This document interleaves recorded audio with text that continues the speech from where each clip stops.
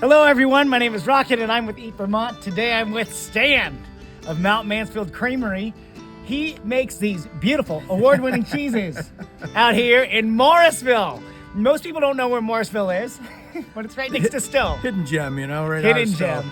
And Stan, you've been making cheese for 15 years? That'll be 15 years in June, yeah. Cool. And do you think we can go inside and do a little tour? Oh, absolutely. Go take a look. All right, everyone, let's go. This is my cheese making room. Yeah, I'm the smallest cow's milk cheese maker in the state of Vermont. Come make cheese sometime. Oh, you have a riot. Oh yeah, you'd be like, that's all you do, really? It's just like, that's all? Listen to rock and roll music and make cheese. Everybody makes good cheese, you know. We as cheese makers, we love other people's cheeses because it's like fun to have something different. Yeah. So let me take you down to my caves. Oh, this is one of my caves.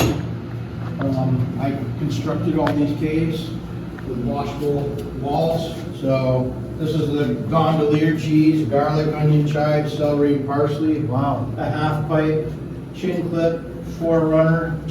And then I've got a new cheese out called Ski Meister. It's a baby Swiss that we age it for about, it's aged for about 80 days. So this is kind of like what the evolution of our cheeses here do, is like they get mold on them. So these half pipes, for instance, are the youngest cheeses that we have, and they looked all molded. You can kind of see the evolution with the chin clip, how it gets all molded. Yeah. But all we do is we just flip the cheeses like this. Yeah. And you can see the chin clip cheese, how as they get older, they lose all that mold on the outside. And it's just, you know, we clean the boards just by tapping them off. And so yeah, that's the evolution of our cheese. The other cave next door is where I have all my Parmesans and Romanos. So this we use cocoa and olive oil from Lake Champlain chocolates on the rinds of this cheese.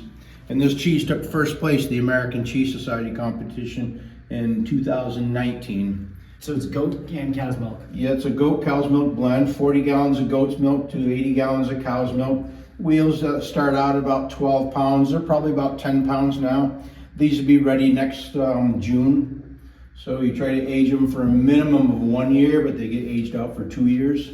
Some of the other cheeses up here, I mean, these cheeses up on the very top, they've been there for like 3 years. Wow. And I just flip them and leave them there. So these are all the ones that were hand pierced. Yeah. Cheese on the top is called hayride. The hayride cheese, it's a washed rind cheese. We use a brine solution and some cultures, and we're just gonna leave it up here for 9 months.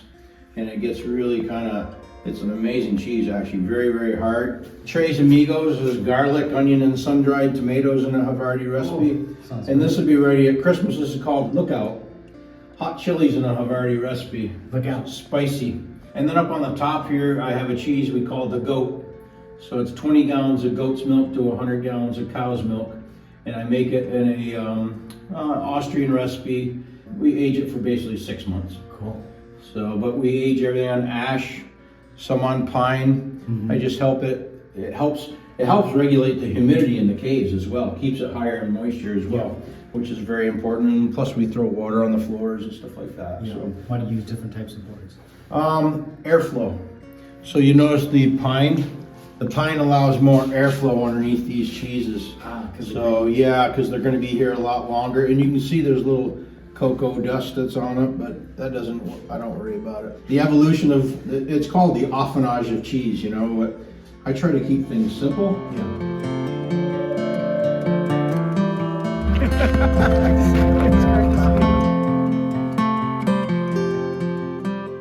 Patrolman's Blue is just one at the American Cheese Society. We use a PRB6 culture and then we pierce it. Yeah. You can see on the rinds how we pierce all that. Yeah, that's by hand, right? Yeah. And I always put it in the clear wrap because you want to show all the blue. And then I have a new cheese called Laney Rose. And then Laney Rose is named after my granddaughter. That's a washed rind cheese. We use Stowe cider, Spruce Peak. Yeah. So here's a sample for you as well if you'd like. Yeah. Sure. Yeah, it's best to get cheese from the cheesemakers. Yeah, Laney Rose, nice creamy. Has that nice little funk to it. All right, everyone, that's the tour. Stan, thank you so much for giving us that walk around. Cheers. Cheers.